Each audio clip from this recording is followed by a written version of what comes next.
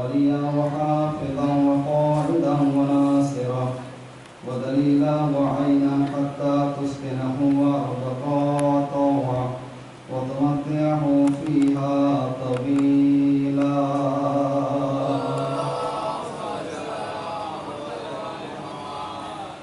أيضا গ্রামী সমস্ত প্রশংসা ও তারিফ একমাত্র শক্তি মহান আল্লাহ রাব্বুল ইজ্জতের জন্য, যে আল্লাহ তাআলা আমাদের সকলের সৃষ্টিকর্তা, কায়নাতের সৃষ্টিকর্তা, সমস্ত মখলুকাতের সৃষ্টিকর্তা, যে আল্লাহ তাআলা মওত ও হায়াতকে সৃষ্টি করেছেন। আল্লাহ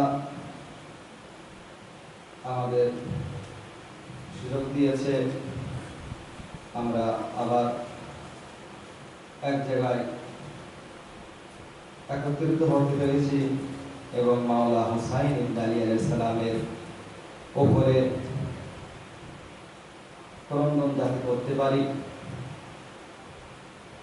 আজিজ,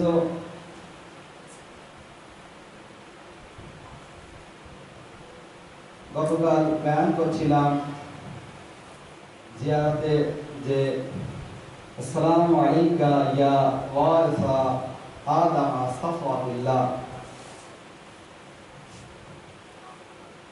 অর্থাৎ সালাম ও তার প্রতি যে আদমের সাফাতে ওয়ারিস আছে, অর্থাৎ মাওলা হুসাইন ইবনে আলী আলাইহিস সালাম। সাল্লাল্লাহু মুহাম্মদ ওয়া আলা মুহাম্মাদ।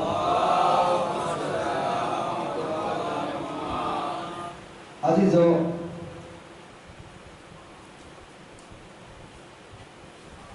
এখানে মাওলা হুসাইন ইবনে আলী আলাইহিস সালাম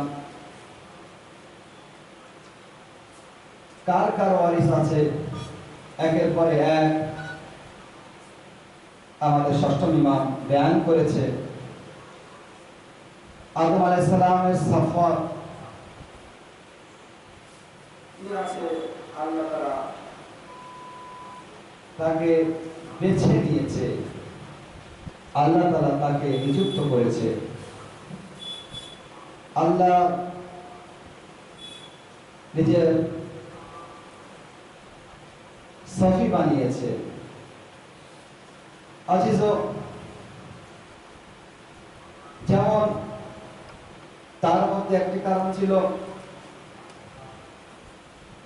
আসমায়ে আজম, যে আল্লাহর বিশেষ নাম আছে, ৭৩টি আছে। আল্লাহ রাব্বুল ইজ্জত ওই আসমায়ে আজম জনাবে আদম আলাইহিস সালামকে নবীদের ভিতরে সবচেয়ে বেশি দান করেছে। ঈসা নবী আলাইহিস সালামকে 2টি ইসমে আজম দিয়েছে। ইসমে আজম এমন একটি জিনিস যার মাধ্যমে নবীরা মুজিজা দেখায়।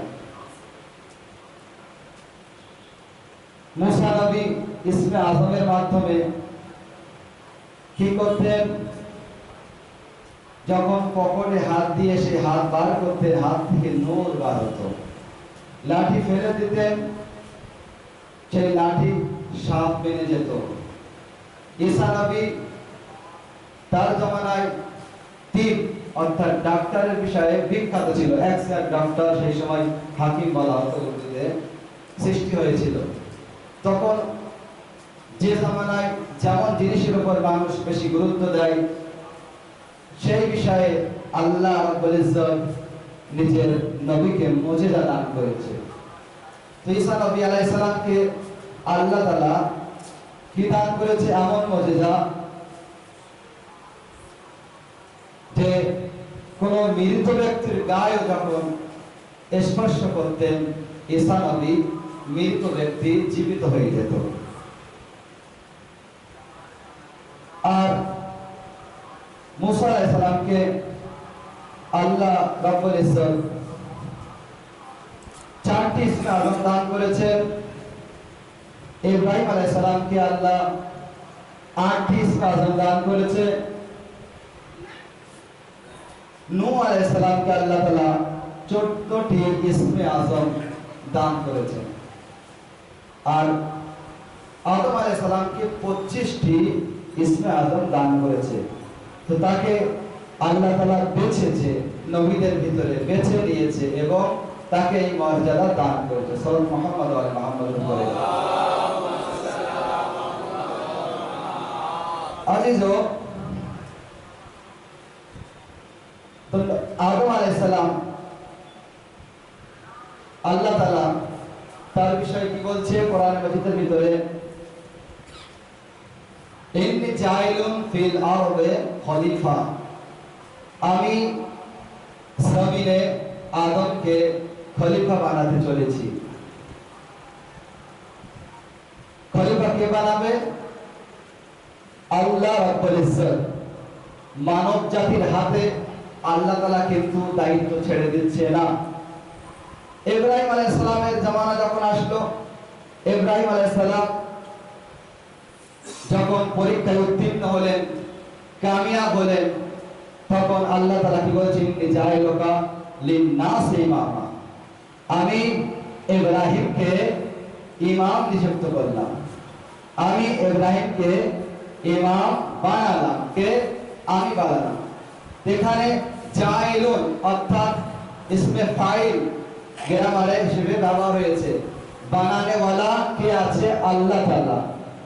আল্লাহ এখানে নিজের দায়িত্ব, বানানোর দায়িত্ব, খলিফা বা ইমামের বানানোর দায়িত্ব আল্লাহ তাআলা নিজের কাছে রেখেছে। যখন আল্লাহ তাআলা খলিফা বা ইমাম বানানোর দায়িত্ব নিজের কাছে রেখেছে, তাহলে কোন গুনাহগার ব্যক্তি কিভাবে কাউকে বা কিছু মানুষ একত্রিত হয়ে ইজমা হওয়ার পরে কোন ব্যক্তিকে কিভাবে খলিফা বা ইমাম বানাতে পারে? এটা আল্লাহর হুকুমের খেলাফ আছে। নারায়ে তাকবীর। কারণ আল্লাহ তাআলা এখানে যে দায়িত্ব বলছে, আল্লাহ তাআলা বলছে কি, ইন্নী জাইলুন ফিল আরদি খলিফা, আমি খলিফা বানানে वाला। ইন্নী জাইলুকা, আমি খলিফা, আমি ইমাম বানিয়েছি। কাকে? ইব্রাহিম আলাইহিস সালামকে। অর্থাৎ আল্লাহ তাআলা এই যে আয়াত থেকে আমরা বুঝতে পারি, খলিফা যদি আদমও চায় নিজের খলিফা বানাবে, কিন্তু আল্লাহর তরফের খলিফা হবে না। নূহ আলাইহিস সালাম যদি চায় যে আমি আমার খলিফা বানাবো, তাহলে সে আল্লাহর তরফের খলিফা হবে না। তো আল্লাহ তাআলা কোন নবীর উপরও ছেড়ে দেয় যে তোমরা নিজের থেকে কোন খলিফা বানাতে পারো। তো আজিজানে গ্রামী, যখন কোন নবীর অধিকার নেই আর বিশ্ব নবীর অধিকার নেই, আমাদের যে নবী যে নিজের খলিফা বানাতে পারে, তাহলে কোন গুনাহগার কিভাবে খলিফা বানাতে পারে? নারায়ে তাকবীর। এটা আল্লাহর হুকুমের খেলাফ আছে।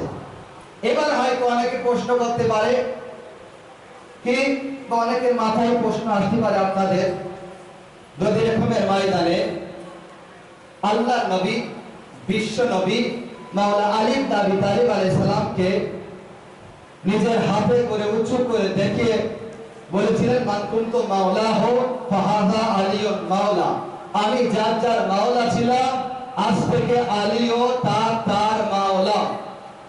মাওলানা সাহেব, আপনি বলছেন নবীদের অধিকার নেই, এমনকি আমার নবীর অধিকার নেই, শেষ নবীর অধিকার নেই খলিফা বানানোর, তাহলে নদীর হুকুমের ময়দানে আমার আপনার নবী তো বানিয়েছে নিজেকে, নিজের খলিফা বানিয়েছে আলীকে, আপনি কি বলছেন? আমি হয়তো কারোর মনে প্রশ্ন জাগতে পারে, কিন্তু খেয়াল করতে হবে, লক্ষ্য করতে হবে, গবেষণা করতে হবে, তারপরে বুঝতে পারবেন এর মধ্যে হিসাব কি আছে, কি বলতে চাইছে। আসিল ওখানে যে আমার আপনার নবী বলেছিলেন, মান কুনতু মাওলাহু ফাহাযা আলিউন মাওলা, আমি যার যার মাওলা আছি, আলী আজ থেকে তার মাওলা। কখন বলেছিলেন? যখন আল্লাহর তরফ থেকে ওহী নাযিল বা অবতীর্ণ হয়েছিল, ইয়া ইয়া রাসূল বাল্লিগ মা উনজিলা ইলাইকা মির রাব্বিক ওয়া ইল্লাম তাফআল ফামা বাল্লাগতা রিসালাতা ওয়াল্লাহু ইয়াসিমুকা মিনান নাস। হে আমার হাবিব, ওই কথাকে পৌঁছে দাও যে তোমার রব, তোমার প্রতিপালকের, তোমার রব বা প্রতিপালক তোমার উপরে নাযিল করেছে, অবতীর্ণ করেছে। আর যদি তুমি সেই কথাকে না পৌঁছে দাও, না এলান করে দাও, তাহলে ধরে নেওয়া হবে তুমি রিসালাতের কোনো কাজই করোনি। আজিদার গ্রামী, এখানে আল্লাহ তাআলা ওহী নাযিল করেছে, তারপরে আল্লাহ নবী এলান করছে। দ্বিতীয়ত আরেকটি দলিল দিতে পারি, আমার নবীর ক্ষেত্রে কি বলা হয়েছে, ওমা ইয়ানতিকু আনিল হাওয়া ইন হুয়া ইল্লা ওয়াহয়ুন ইউহা। আমার নবী, আল্লাহ হচ্ছে আমার নবী ওই সময় পর্যন্ত কোনো কথা বলে না যত সময় না আল্লাহর তরফ থেকে ওহী নাযিল না হয়। তো নবী যদি কোনো কাজ করে সেটা আল্লাহর তরফ থেকে হুকুম হয়, তারপরে কাজ করে। আর সবচেয়ে বড় দলিল এটাই দিচ্ছি যে ওই বদরে কুবের ময়দানে মানকুমতু মাওলাহু বা হাযা আলিয়ুন মাওলা বলার পরে নবী আরেকটি হাদিস শুনিয়েছিলেন, যেটা হচ্ছে সবচেয়ে বড় দলিল। সেটি কি আছে? বিসমিল্লাহির রহমানির রহিম, ইন্নী তারিকুন ফিকুম আস-সাকালাইন। কি বলছে নবী? ইন্নী তারিকুন, আমি তোমাদের মাঝে ছেড়ে যাচ্ছি, বানিয়ে যাচ্ছি নয়। সাল্লাল্লাহু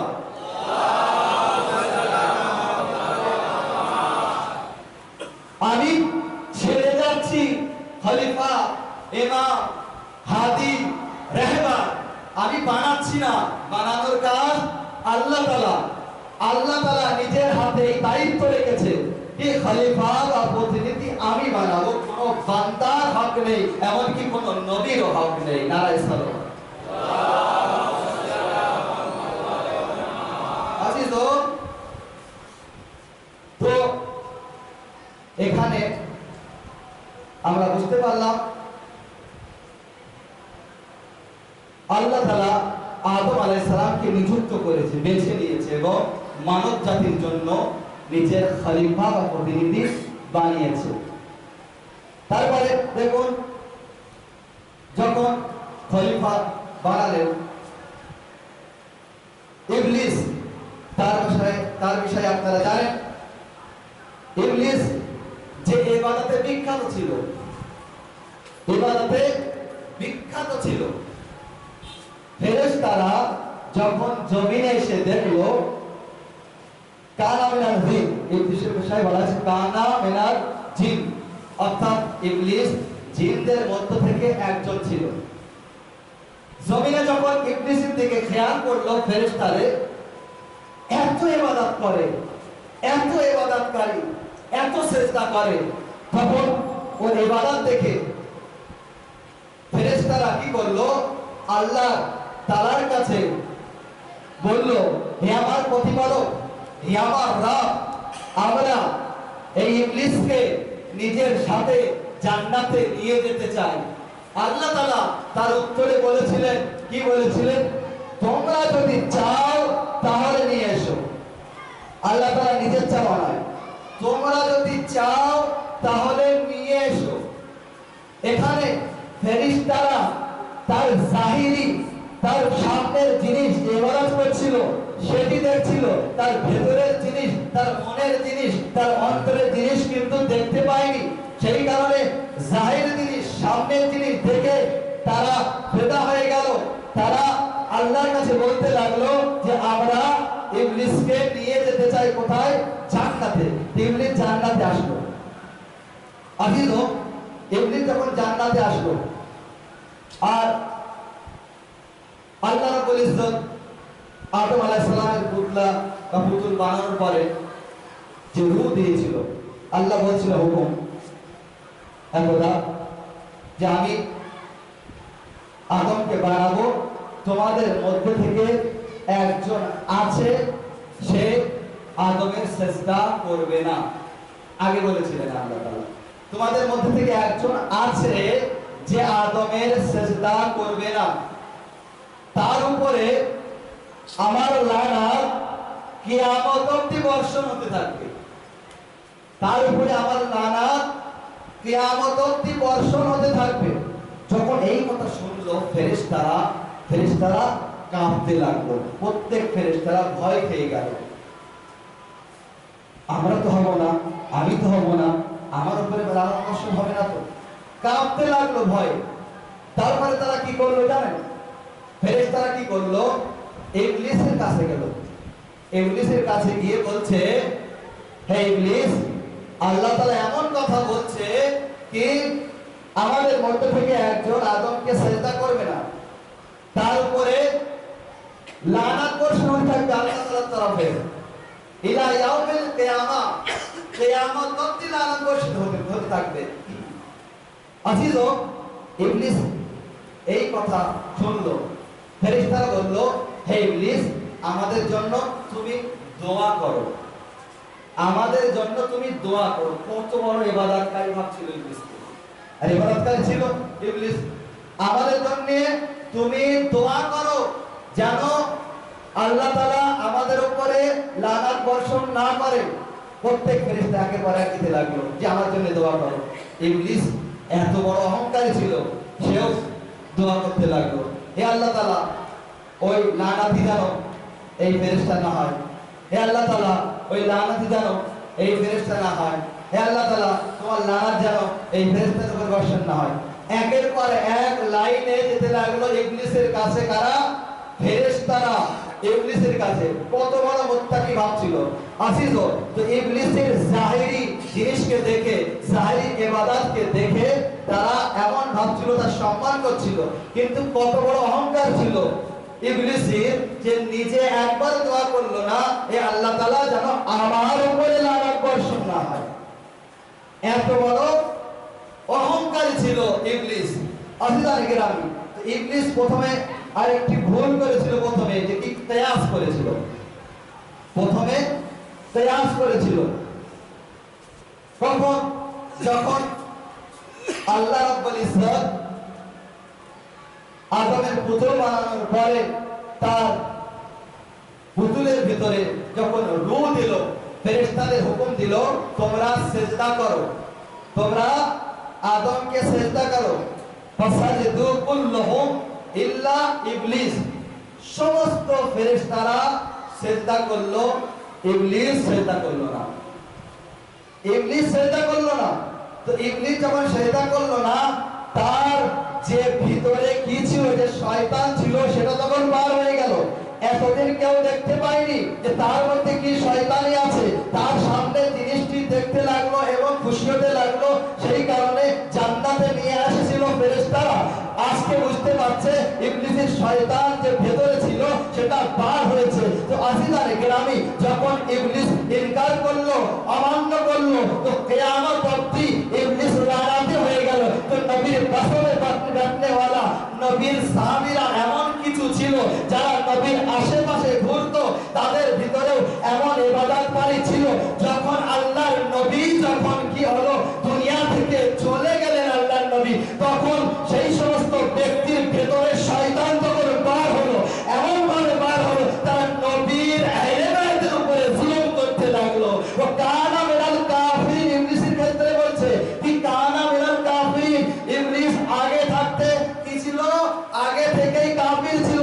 আর ইমামে জাফর সাদিক আলাইহিস সালাম এটাই বলছে, যখন কোন ব্যক্তি পরীক্ষার সম্মুখীন হয়, তখন তার আসল জিনিস প্রকাশ পায়, ভিতরের জিনিস সামনে আসে। তো ইবলিস যখন পরীক্ষার সম্মুখীন হলো, তখন তার ভেতরের জিনিস সামনে আসলো।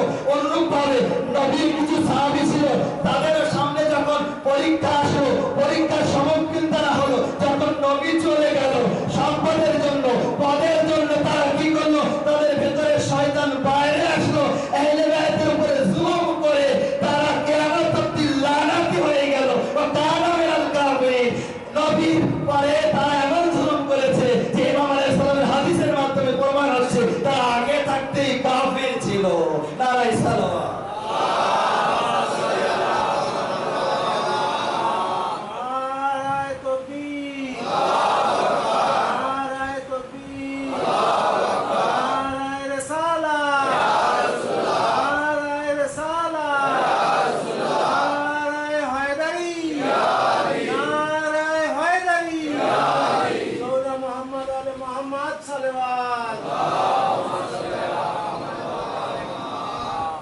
আজিজানে কেরামি, জাফর সাদিক আলাইহিস সালাম বলছেন, যদি ইবলিস তখন কি করেছিল? কিয়াস করেছিল কিভাবে?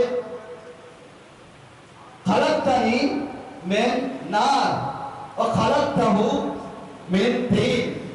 হে আল্লাহ, আপনি আমাকে আগুন দিয়ে সৃষ্টি করেছেন, আগুন থেকে সৃষ্টি করেছেন, আর কি খালাকতাহু মিন তিন, এবং আগুনকে মাটি দিয়ে সৃষ্টি করেছেন।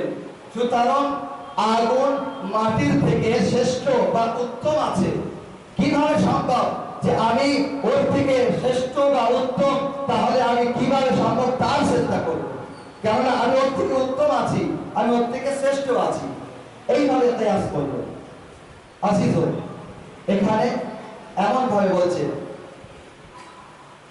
ইমাম জাফর সাদিক আলাইহিস সালাম বলছে, ইবলিস যদি একটু খেয়াল করত, একটু চিন্তা ভাবনা করত, তাহলে এমন কথা বলতে পারত না। উসুলে কাফের ভিতরে বয়ান করছে, কি বয়ান করছে ইমাম আলাইহিস সালাম? যে আগুনের থেকে মাটি শ্রেষ্ঠ আছে। একটি বয়ান করি, কোন ক্ষেত্রে? যদি আগুনের ভিতরে কোনো জিনিস রাখা হয় তাহলে আগুন তাকে পুড়িয়ে দেয়, জ্বালিয়ে দেয়।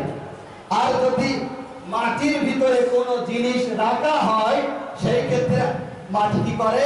তাকে আমানত স্বরূপ রেখে দেয়। পার্থক্য। সুতরাং মাটি আগুনের থেকে শ্রেষ্ঠ আছে। ইবলিস শুধু আগুনের চমককে দেখেছিল, যদি একটু খেয়াল করতো তাহলে এমন কথা বলতে পারতো না। তারপর বলছে, দ্বিতীয়ত, যদি আগুনের ভিতরে কোনো বীজ, কোনো দানা দেওয়া হয় তাহলে সেটা পুড়ে যায়। আর যদি মাটির ভিতরে কোনো দানা বা বীজ দেওয়া হয় তাহলে 70 গুণ বা 700 গুণ হয়ে আরো বাইরে আছে। নারাই সাল্লাল্লাহু 700 গুণ হয়ে আরো বাইরে আসে। আসিত তারপর বলছে, আগুন কি হয়? আগুন জ্বালালে আগুন উপরের দিকে আসে, আর মাটি ফেললে মাটি জমিনের দিকে আসে। নারাই সাল্লাল্লাহু।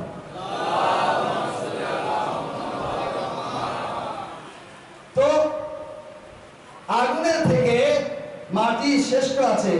কে বলছে? ইমাম আলাইহিস সালাম বলছে।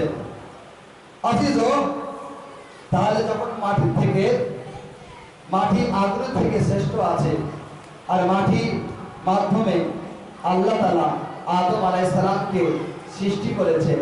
সবচেয়ে বড় কথা এইটি যে যখন কোনো আল্লাহর তরফ থেকে হুকুম হবে, যদি সেই হুকুমকে না মানা হয় তাহলে তার উপরে লানাত হতে থাকবে, আর যদি আল্লাহর হুকুমকে মানা হয় তার উপরে রহমত নাযিল হতে থাকবে। নারায়ে সালাওয়াত। আজিজ, তো আমরা আদম সফিউল্লাহ তার ওয়ারিস হলো কে? ইমাম হুসাইন ইবনে আলী আলাইহিস সালাম। হুসাইন ইবনে আলী আলাইহিস সালাম, মাওলানা হুসাইন ইবনে আলী আলাইহিস সালাম, তার গুরুত্ব একটু বোঝাতে চাই। দেখুন, ইমাম আলাইহিস সালাম বয়ান করছেন, তার একটা উদাহরণ দিই, দুনিয়ার উদাহরণ, যার থেকে আপনারা আরো সহজে বুঝতে পারেন। মনে করেন কোন বাড়িতে সবাই মহান মহান ব্যক্তি থাকে, যদি সেই বাড়ির কোন ছোট বাচ্চা নিজের কথা মানানোর জন্য অনেক কষ্ট করে তার জন্য, বা নিজের মর্যাদা বোঝানোর জন্য অনেক কষ্ট করতে হয়। অর্থাৎ কোনো বিশেষ বাচ্চা হওয়া দরকার, তারপরে তার মর্যাদা প্রকাশ করে, তাই তো? উদাহরণস্বরূপ, যদি নানা রাষ্ট্রপতি হয়, বাবা প্রধানমন্ত্রী হয়, মা স্বরাষ্ট্রমন্ত্রী হয়, ভাই যদি অন্য কোনো মন্ত্রী হয়, দাদা যদি শিক্ষামন্ত্রী হয়, অর্থাৎ সেই বাড়িতে সবাই বড় বড় পদে আছে, বড় বড় মর্যাদার অধিকারী আছে। সেই ক্ষেত্রে সেই বাড়ির কোনো বাচ্চা নিজের পরিচয় করানো, নিজের যে সম্মানকে প্রকাশ করানো, তার জন্য অনেক কষ্টকর, অনেক মর্যাদাবান হতে হবে সেই বাচ্চার, তারপরে তার মর্যাদা প্রকাশ পাবে, নয়তো প্রকাশ পাবে না। তার কোনো কথা মানানোর জন্য অনেক কষ্টের ব্যাপার, অনেক মর্যাদাবান না হলে প্রকাশ পাবে না। এবারে দেখুন, মাওলানা হোসাইন ইবনে আলী আলাইহিস সালাম এমন এক বাড়ির সন্তান, এমন এক বংশের সন্তান, যার নানা হলো সাইয়্যিদুল আম্বিয়া, যার নানা হলো সাইয়্যিদুল মুরসালিন, বাবা হলো সাইয়্যিদুল আউলিয়া, মা হলো সাইয়্যিদাতুন নিসাইল আলামিন, আর ভাই হলো সাইয়্যিদা শাবাবে আহলিল জান্নাহ, যার দাদা হলো মুহাফিজে ইসলাম, যার নারী হলো কি মালিকাতুল আরা। আসিদানে গ্রামী, তো প্রত্যেকটি সম্মানিত প্রত্যেক ব্যক্তি বিশেষ বিশেষ পদে আছে, মহান আছে আল্লাহর নিকটে। সেখানে মাওলানা হোসাইনের মর্যাদা কিভাবে প্রকাশ পাচ্ছে আসিফ, সেই কারণে দেখুন মাওলানা হোসাইন ইবনে আলী আলাইহিস সালাম কিভাবে সেখানে মর্যাদা, নিজের মর্যাদা পেশ করছে। যখন এই যে এত মানুষ আছে, আদম থেকে নিয়ে প্রত্যেকে মেহনত করেছে, কষ্ট করেছে, তাবলীগ করেছে, দ্বীনের জন্য কষ্ট করেছে, তারপরে ইসলাম আস্তে আস্তে আমাদের পর্যন্ত পৌঁছেছে। প্রত্যেক নবী কষ্ট করেছে, প্রত্যেক নবী যখন কষ্ট করেছে, তো মাওলানা হোসাইন ইবনে আলী আলাইহিস সালাম বলছে, হে আদম, হে আদম, তোমার সিফাতকে আমি বাঁচাবো, হে নূহ তোমার নবুয়াতকে আমি বাঁচাবো, হে ইব্রাহিম তোমার খুল্লাতকে আমি বাঁচাবো, হে মুসা তোমার হাইবাতকে আমি বাঁচাবো, হে ইব্রাহিম তোমার খুল্লাতকে আমি বাঁচাবো। আসিদানে গ্রামী, হে আমার নবী, হে আমার নবী, আমার নানা হযরত মুহাম্মদ মুস্তাফা সাল্লাল্লাহু আলাইহি ওয়াসাল্লাম, হে নানা জান, আপনার রিসালাতকে আমি বাঁচাবো, হে আমার বাবা আলীর মর্যাদা, আপনার বিলায়াতকে আমি বাঁচাবো, হে আমার মা সাইয়্যিদাতুন নিসাইল আলামিন, আপনার সরদারি হওয়াকে আমি বাঁচাবো, হে আমার ভাই সাইয়্যিদা শাবাবে আহলিল জান্নাহ, হে আমার ভাই আপনার সরদার হওয়াকে আমি বাঁচাবো, হে আমার নানী মালিকাতুল আরাব, হে আমার নানী আপনার সম্পদকে, আপনি যে সম্পদ ইসলামের জন্য কুরবান করেছেন, এই মেহনতকে, এই কষ্টকে আমি বাঁচাবো, হে আমার দাদা আবু তালিব আপনার ইহসানকে আমি বাঁচাবো। আসিদানে গ্রামী, প্রত্যেক যে মহান ব্যক্তি আছে তাদেরকে মুখাতাম করে আমার আপনার মাওলানা হোসাইন ইবনে আলী আলাইহিস সালাম বলছে কি আছে, প্রত্যেকের নবুয়াতকে বাঁচাবে, ইমামতকে বাঁচাবে, বেলায়াতকে বাঁচাবে। কিভাবে? যখন ইসলামের উপরে মুসিবত আসবে 61 হিজরি 10 মুহররমে মাওলানা হোসাইন বলছে, আমি আমার জীবন দিয়ে হলেও আপনাদের সবার মেহনতকে বাঁচাবো। এই কারণে জাফর সাদিক আলাইহিস সালাম বলছে, হোসাইন সেই কারণে আদমের ওয়ারিস আছে, নূহ ওয়ারিস আছে, ইব্রাহিমের ওয়ারিস আছে, মুসার ওয়ারিস আছে, আমার নবীর ওয়ারিস আছে, আলিয়া মুর্তাজার ওয়ারিস আছে। সাল্লাল্লাহু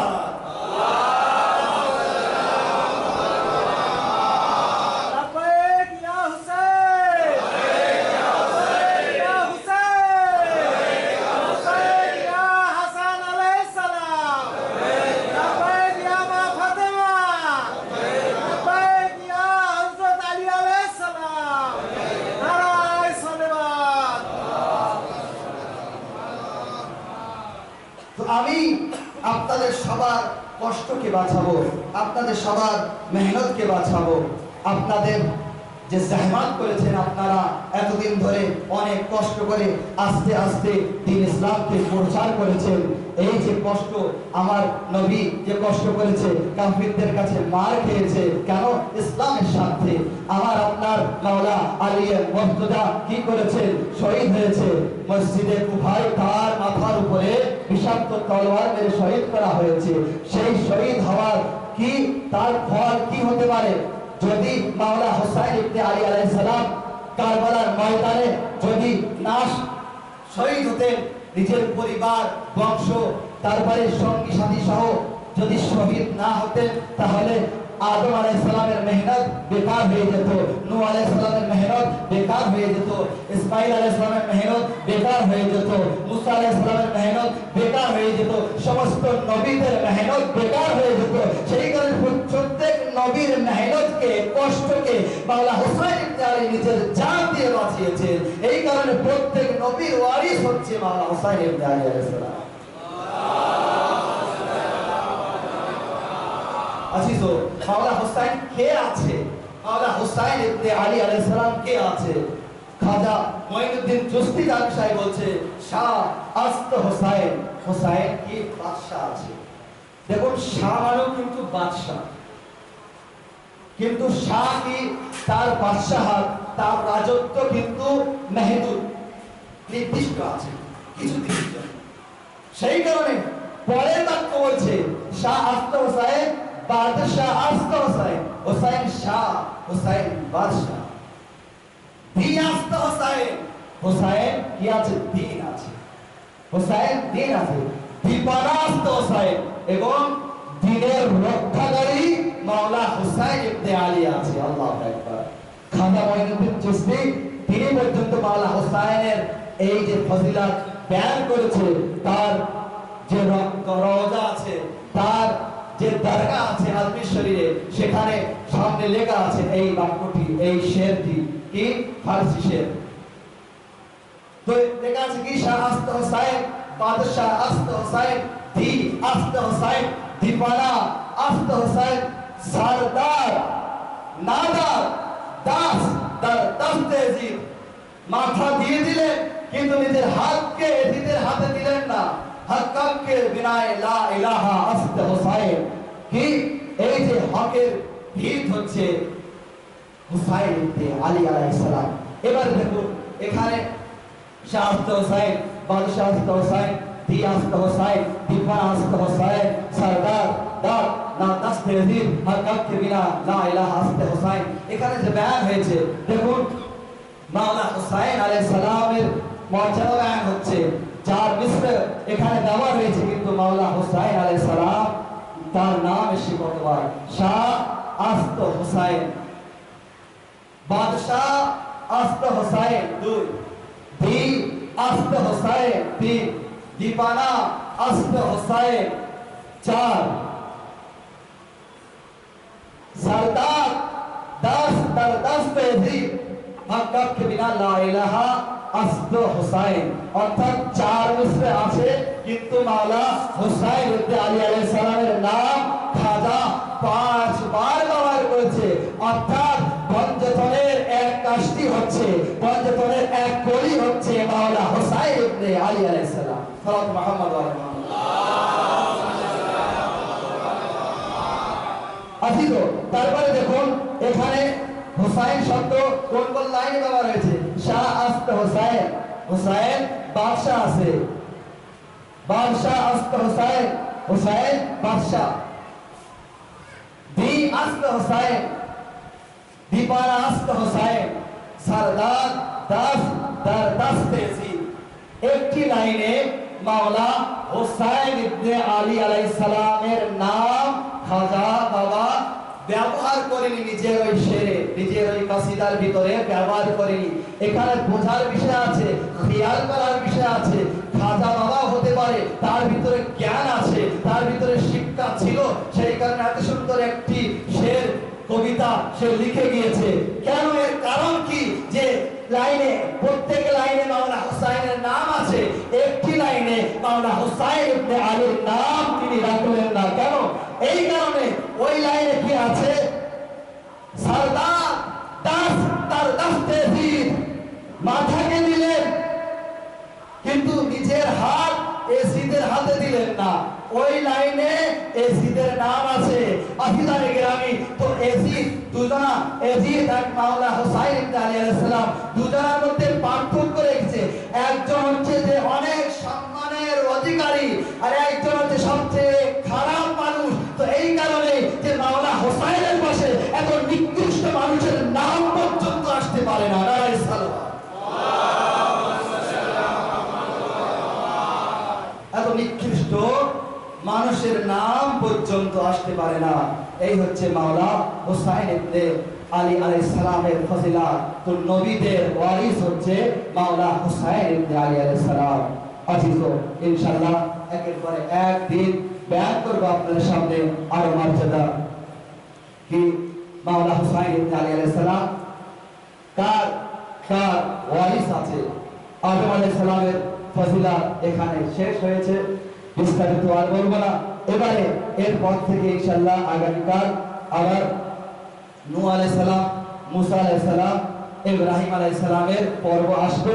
আর একের পর এক ফজিলত তার বয়ান হবে যে মাওলা হুসাইন ইবনে আলী আলাইহিস সালাম ওয়ারিস তো আছে, কিন্তু তার কোন মর্যাদার ওয়ারিস আছে, কোন বিশেষ সিফাত বা উপাধি যেটা আল্লাহর তরফ থেকে অর্জন করেছে, আল্লাহ তাআলা যে কারণে তাদেরকে সম্মানিত করেছে, তার ওয়ারিস মাওলা হুসাইন ইবনে আলী আলাইহিস সালাম কে বলা হয়েছে।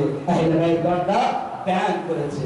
আজিজ, তো মাওলা হুসাইন ইবনে আলী আলাইহিস সালামের শাহাদাত মানাচ্ছেন আপনারা, শহীদ মানাচ্ছেন আপনারা, অনেক কষ্ট করছেন আপনারা।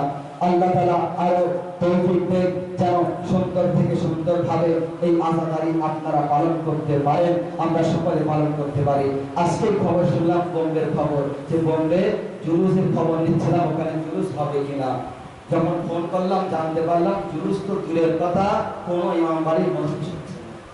আল্লাহ, আমরা অনেক বড় সৌভাগ্যবান যে আমরা আজকে এমন একটি দিনেও, এই পরিস্থিতিতেও আমরা সবাই নিজের নিজের ইমাম বারগায় এক জায়গায় বসে সুন্দরভাবে মাওলা হুসাইন ইবনে আলী আলাইহিস সালামের মজলিস শুনছি। আজিজ, তাদের জন্য কতটা কষ্টকর যারা প্রত্যেক বছর মজলিস শোনে, ইমাম বাড়িতে বসে এক জায়গায় বসে, আর এবারে নিজের নিজের বাড়িতে বসে আছে, তারা কত কষ্টকর। আজিজ, আমরা যদি খেয়াল করি তাহলে বুঝতে পারবো কত কষ্ট আর কত বড় সৌভাগ্যবান আমরা যে আমরা এই মজলিস করতে পারছি সুন্দরভাবে। আল্লাহর কোটি কোটি শুকরিয়া। আজিজ, তো মাওলা হুসাইন ইবনে আলী আলাইহিস সালাম তার মর্যাদা, তার সম্মানকে আমরা ইনশাআল্লাহ আস্তে আস্তে জানবো, বুঝবো। আর যে সমস্ত কথা বয়ান করেছি জিয়ারত ওয়ারিসের বিষয়ে, তার আমল, তার ফজিলত, এগুলো এর উপরে আমল করতে হবে। ফজিলত তো বয়ান হতেই থাকবে, কিন্তু এই যে আমরা বিভিন্ন মজলিস শুনে থাকি, এর ভিতরে বিশেষ করে যে নসিহতগুলো হয় তার উপরে যদি আমল না হয় তাহলে কিন্তু এই মজলিস কামিয়াব নয়। যদি আমল হয় কোনো একটি কথার উপরে, মজলিস কামিয়াব। আজিজ, বিকেলবেলা আপনারা জানাবে মুসলিম ইবনে আকিলের মুসাইব শুনলেন। আজিজ, মুসলিম ইবনে আকিল তার দুই সন্তানকেও নিজের সাথে নিয়ে এসেছিলেন। কোথায়? সেই কুফায় যখন নিয়ে এসেছিলেন, সেখানে যখন মুসিবত আসলো, কুফাবাসীরা ধোঁকা দিল, তখন কাজী শোরা তার কাছে নিজের দুই সন্তানকে রেখে এসেছিলেন মুসলিম ইবনে আকিল। কাজী শোরা সে কি করেছিল? মুসলিম ইবনে আকিলের দুই সন্তানকে, নিজের ছেলেকে বলল, যাও এই দুই সন্তানকে তুমি কোন কাফেলা যাচ্ছে আজকে মনে হয়, সেই কাফেলার সাথে এদেরকে মদিনায় পাঠিয়ে দাও। এদেরকে নিয়ে চললো ওই কাজীর ছেলে। যখন নিয়ে গেল তো এদের আসতে দেরি হলো, কাফেলা আগে চলে গেল। তবুও কি করলো সেই কাজীর ছেলে? বলতে লাগলো যে ওই কাফেলা একটু আগে বার হয়ে গিয়েছে, তোমরা দৌড়াতে দৌড়াতে যাও, হয়তো ধরে ফেলবে। যখন তারা দৌড়াতে লাগলো, দৌড়াতে দৌড়াতে সেই কাফেলা ধরতে পারলো না, বরং তারা পথভ্রষ্ট হয়ে গেল। কুফার এই গলি সে গলিতে যখন বলছে, তখন ইবনে জিয়াদের সৈন্যদের হাতে পড়ে গেল। এরপরে তাদেরকে বন্দী করা হলো একটি কারাগারের ভিতরে। 1 বছর তারা সেখানে ছিল। খাদ্য ঠিক মতো দিত না, পানি ঠিক মতো দিত না। সেই কারণে দুই ভাই চুক্তি করলো, ভাই আমরা এক কাজ করি, আমরা সারাদিন রোজা থাকবো, আর রাত্রি একটি বা দুটি রুটি দিচ্ছে, এটাই দিয়ে আমরা ইফতার করব। এমন ভাবে 1 বছর কাটাতে লাগলো। দেখুন, একটি বা দুটি রুটি আর শুধু একটু পানি, এক পেয়ালা, এই খেয়ে কতদিন থাকা যায়? এবং কারাগারের ভিতরে সেখানে এরা ছিল। 1 বছর হওয়ার পরে কি করলো? একদিন ছোট ভাই বলতে লাগলো, ভাই অনেক দিন তো হয়ে গেল, আমরা এক কাজ করি, আমাদের মর্যাদা, আমাদের সম্মান, আমরা কোন বাড়ির সন্তান, কোন বাড়ি থেকে আমরা সম্পর্কিত, তার পরিচয় ওই দারওয়ান মশকুরকে আমরা একটু পড়াই, হয়তো তার মনে দয়া হতে পারে, হয়তো আমাদের উপর রহম করতে পারে। আচ্ছা ঠিক আছে, আজকে মশকুর যখন খাদ্য দিতে আসবে তখন তাকে বলবো। যখন দারওয়ান আসলো, আসার পরে বলছে, হে দারওয়ান, হে মশকুর, আমরা একটি কথা বলবো। বলছি কি বলবে বলো। তখন বলতে লাগলো, এক ভাই, হে মশকুর, তুমি আল্লাহর নবী মুস্তাফাকে চেনো? যারে মুস্তাফাকে কেন চেনবো না, সে তো আমার নবী আছে, আমার রাসূল আছে, কেন চেনবো না তাকে? বলছে আচ্ছা আচ্ছা বলো তো আলিয়ে মুর্তজাকে চেনো? বলছে হ্যাঁ, আলিয়ে মুর্তজা কেন চেনবো না, সে তো আমার মাওলা আছে। বলছে মুসলিমকে চেনো? বলছে হ্যাঁ, মুসলিমকে চিনি। বলছে মুসলিমের দুই সন্তান হলাম আমরা। সেই মশকুর যে দারোয়ান ছিল এতদিন জানতো না, যখন জানতে পারলো তাদের পায়ে পড়লো, বললো বাচ্চারা আমাকে ক্ষমা করে দাও তোমরা, আমি জানতাম না তোমরা রাসূলের ঘরের সন্তান। কালকে যেন হাসরের ময়দানে আমার বিরুদ্ধে নালিশ করো না। আসসালামু মুসলিমের কারবালা যখন মশকুর জানতে পারলো তখন বলছে, হে বাচ্চারা, হে শাহজাদারা, তোমরা কি চাও বলো? যদি ভালোভাবে থাকতে চাও এখানে থাকো, আজ থেকে তোমাদের উপরে কোনো অত্যাচার হবে না, তোমাদের ভালোভাবে রাখা হবে, ভালো খাবার দেওয়া হবে। তখন কি করলো, দুই ভাই, এক ভাই আর এক ভাইকে বলতে লাগলো যে ভাইয়া, মায়ের কথা খুব মনে পড়ছে, কবে থেকে মাকে দেখিনি, আমরা মদিনায় যেতে চাই। হে মশকুর, আমরা মদিনায় যাব, আমাদেরকে এখান থেকে পার করার ব্যবস্থা করো। মশকুর বলছে ঠিক আছে, রাতের অন্ধকারে তোমাদেরকে আমি বার করে দেব। রাত হলো যখন, বার করে দিল এবং বলল তোমরা রাতের বেলা সফর করবে, যখন দিন হবে তোমরা লুকিয়ে যাবে। আসিদারে গ্রামে মশকুর তাদেরকে আজাদ করে দিল। দুই ভাই চললো, দৌড়াতে লাগলো, দৌড়াতে দৌড়াতে হঠাৎ সকাল হয়ে গেল। যখন সকাল হলো, একটি গাছের উপরে আশ্রয় নিল। যখন গাছের উপরে আশ্রয় নিল, সূর্যের আলো পড়ছিল, পাশে যে পুকুর ছিল সেখানে আসিদারে গ্রামে, সেখানে এক মুমিনা আসলো। আসার পরে যখন পানি নিচ্ছে, পানি নেওয়ার সময় কি দেখছে, সামনে দুটি চাঁদের মতো ছবি আছে। সে যখন দেখলো অবাক হয়ে গেল, আচ্ছা এখানে বাচ্চার ছবি দেখতে পাচ্ছি, কোথায় আছে দেখি কোন দিকে আছে। একটু পরে দেখতে পেলো গাছের উপরে দুইটি বাচ্চা বসে আছে। তাদেরকে বললো নিচে এসো, তোমরা কি কে আছো, কোথা থেকে এসেছো? তখন বলতে লাগলো তুমি আমাদের ক্ষতি করবে না তো? বলছে না, বিশ্বাস করো আমি তোমাদের ক্ষতি করব না। বলছে চলো, আমার যে মালিকা আছে সে অনেক ভালো আছে, তার কাছে তোমাদের নিয়ে যায়। বলছে এরপরে দুই ভাইকে নিয়ে চললো ওই মালিকার কাছে, নিয়ে গেল। নিয়ে যাওয়ার পরে যখন পরিচয় হলো কে আছে, জনাবে মুসলিমের ছেলে আছে।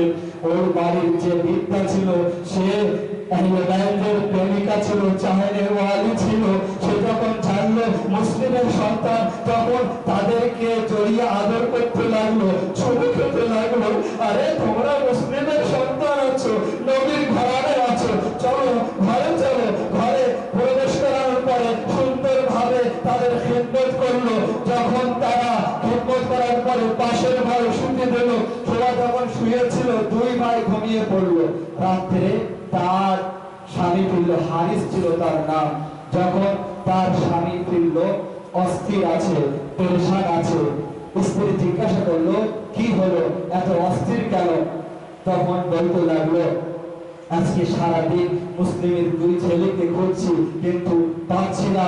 বাদশাহ অনেক বড় উপহার রেখেছে তাদের জন্য, আশার ফিয়া দেবে, দিরহাম দেবে, 1000 দিরহাম যদি একটি সন্তানের মাথা দিতে পারি, যদি দুটি সন্তানের মাথা দিতে পারি, তাহলে 2000 দিরহাম বাদশা দান করবে। অফিসারে গ্রামে যখন এমন কথা শুনলো তখন সেই ব্যক্তি স্ত্রী বলতে লাগলো, আরে তুমি আল্লাহর ভয় করো, কালকে হাসরের ময়দানে আল্লাহর নবীর সামনে কিভাবে মুখ দেখাবে, হাসরের ময়দানে বিবি জাহেরাকে কিভাবে মুখ দেখাবে। বলছে তুমি চুপ কর, আমার পয়সা চাই, সম্পদ চাই। এরপরে সে গেল, খাওয়া দাওয়ার পরে শুয়ে পড়লো। হঠাৎ রাত্রে দুই ভাই যখন শুয়েছিল, এক ভাই কেঁদে উঠলো, একটু পরে আর এক ভাই কেঁদে উঠলো। বলছে ভাই কেন কাঁদছো, কি হয়েছে? বলছে এখনই স্বপ্নে দেখেছিলাম আমাদের বাবা এসেছিল, আদর করছিল আর বলছে ইব্রাহিম মোহাম্মদ আর কিছুক্ষণের মেহমান আছো তোমরা, একটু পরে আমার কাছে চলে আসবে। আশা করা মুসলিমে কারবালা যখন তাদের কান্নার আওয়াজ হারিস শুনতে হলো, দৌড়ে আসলো। কে আছে দেখি পাশের ঘরে, গিয়ে দেখছে দুই বাচ্চা। জানতে পারলে মুসলিমের দুই সন্তান। আরে তোমাদেরকে সারাদিন ধরে খুঁজেছি পাইনি, আর তোমরা এখানে আছো, চলো তোমাদেরকে আমি নিয়ে যাবো ওই ফোরাতে। বলছে সকাল হলো, ফোরাত নদীর ধারে নিয়ে গেল, গোলামকে নিয়ে গেল এবং নিজের সন্তানকে যখন সেখানে নিয়ে গেল, নিয়ে যাওয়ার পরে গোলামকে বলল, যাও তলোয়ার নিয়ে ওই দুই সন্তানের গলাকে আলাদা করে ফেলে দাও। গোলাম বলল, না এত বড় গোনা আমার দ্বারা হবে না। আরে আমি গোলাম আছি তো কি হয়েছে, এত বড় জুলুম আমি করতে পারবো না। ছোট বাচ্চা কি এদের বয়স আছে, আর এদের কিনা গলা দেখবো। বলছে বলার পরে ফোরাত নদীতে লাফ মারলো। তার সন্তান ছিল, ছেলেকে বললো, যা তুই ওদের গলা উড়িয়ে দে। বলছে না আমি পারবো না। আরে আমি এই বাচ্চাদের গলা কাটবো, অসম্ভব। আরে এরা নিষ্পাপ আছে, এরা মাসুম আছে, এদের গলা আমি কাটতে পারবো না। আশা করা মুসলিম কারবালা। এরপর হারিস কি করলো, তলোয়ার নিল এবং দুই ভাই গলা কাটতে চাইলো। এক ভাই হাত জোর করে বললো, কি বললো, যে আমাদেরকে একটু সময় দাও, আমরা দুই রাকাত নামাজ পড়তে চাই। আসিনা গ্রামে দেখুন কেমন নবীর ঘরের সন্তান, শাহাদাত সামনে আছে, মৃত্যু সামনে আছে, এরপরেও নামাজের শিক্ষা দিচ্ছে। আমার চাইলে বলা না, আরে আমরা কেমন শিক্ষা দিচ্ছে এটি গ্রহণ করো, কোন অবস্থায় নামাজকে ছেড়ো না। বলছে দুই রাকাত নামাজ পড়লো, নামাজ পড়ার পরে কি বলছে, কখনো বড় ভাই বলছে, হে হারিস আরে আমার গলা আগে উড়িয়ে দাও, আমার গলা আগে কাটো। আরে ছোট ভাই তার সামনে আমি কিভাবে সহ্য করবো যে আমার সামনে তার গলা তুমি কাটবে। কখনো ছোট ভাই বলছে, না আরে আমার সামনে বড় ভাই গলা কিভাবে কাটবে, এটা আমি সহ্য করতে পারছি না। এমন ভাবে বারবার বলছি, কখনো এ ভাই বলছে, কখনো ভাই বলছে। একবার তলোয়ার নিল, নেওয়ার পরে কি করলো, মুসলিমের দুই সন্তানের আরে ইব্রাহিমের গলা কেটে আলাদা করে দিল এবং ফোরাত নদীতে তার লাশকে ফেলে দিল। বলছে লাশ যখন ফেলে দিয়েছে, ওই লাশ ফোরাত নদীতে দাঁড়িয়ে ছিল। তারপরে যখন আর এক ভাইয়ের গলা কাটলো, বলছে সেই ভাইয়ের লাশ যখন নদীতে ফেলে দিল, কেমন মহব্বত ছিল, লাশ ভাসতে ভাসতে। আরে এক ভাইয়ের লাশ আর এক ভাইয়ের কাছে আসলো, এক ভাই আর এক ভাইকে জড়িয়ে ধরলো। জালিমের পরেও রাম হয়নি, একবার তীর দিল আর নেওয়ার পরে ওই লাশের পরে মারতে লাগলো।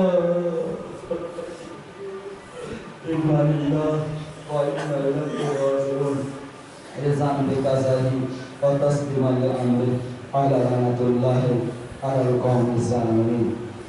হে আল্লাহ, ওয়া মুহাম্মদ ওয়া আলা মুহাম্মদ রাসূলুল্লাহ, এই সংক্ষিপ্ত কবুল করুন। হে আল্লাহ, ওয়া মুহাম্মদ ওয়া আলা মুহাম্মদ রাসূলুল্লাহ, তুমি আমাদের কোনো দুঃখে কাঁদে না দেখবে, কারবালার দুঃখ ছাড়া। হে আল্লাহ, ওয়া মুহাম্মদ ওয়া আলা মুহাম্মাদের রাস্তা খোদা, আমরা যারা হেলবাইতের উপরে কারবালার শহীদদের উপরে বেশি থেকে বেশি ক্রন্দন করতে পারি সেই তৌফিক দান করো। হে আল্লাহ মুহাম্মদ ওয়া আলি মুহাম্মদ রাস্তা খোদা যত মুমিন ও মুমিনাত এখানে মজলিসে উপস্থিত হয়েছে খোদা সকলের মনের ইচ্ছাকে তুমি পূরণ করে দাও। হে আল্লাহ মুহাম্মদ ওয়া আলি মুহাম্মদ রাস্তা খোদা আমরা অনেক বড় গুনাহগার বান্দা খোদা। আজকে বৃহস্পতিবার রাত আছে, শবে জুমা আছে খোদা। আমরা অনেক বড় গুনাহগার বান্দা খোদা, তুমি আমাদের সমস্ত ছোট বড় গুনাহকে মাফ করে দাও। হে আল্লাহ মুহাম্মদ ওয়া আলি মুহাম্মদ রাস্তা খোদা আমরা যারা বেশি থেকে বেশি তোমার ইবাদত করতে পারি সেই তৌফিক দান করো।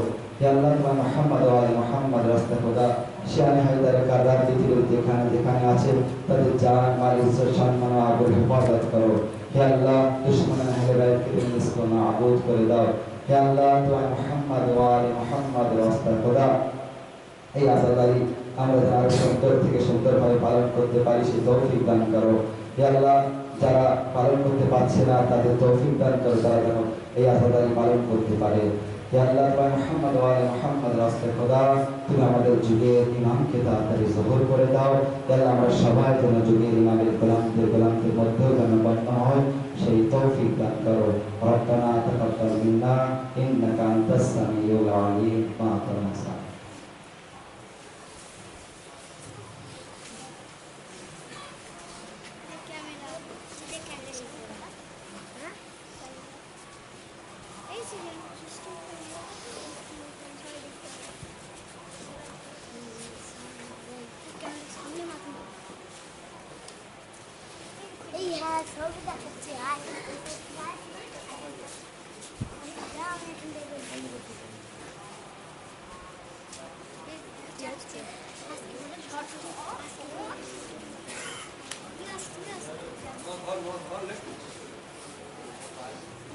Var.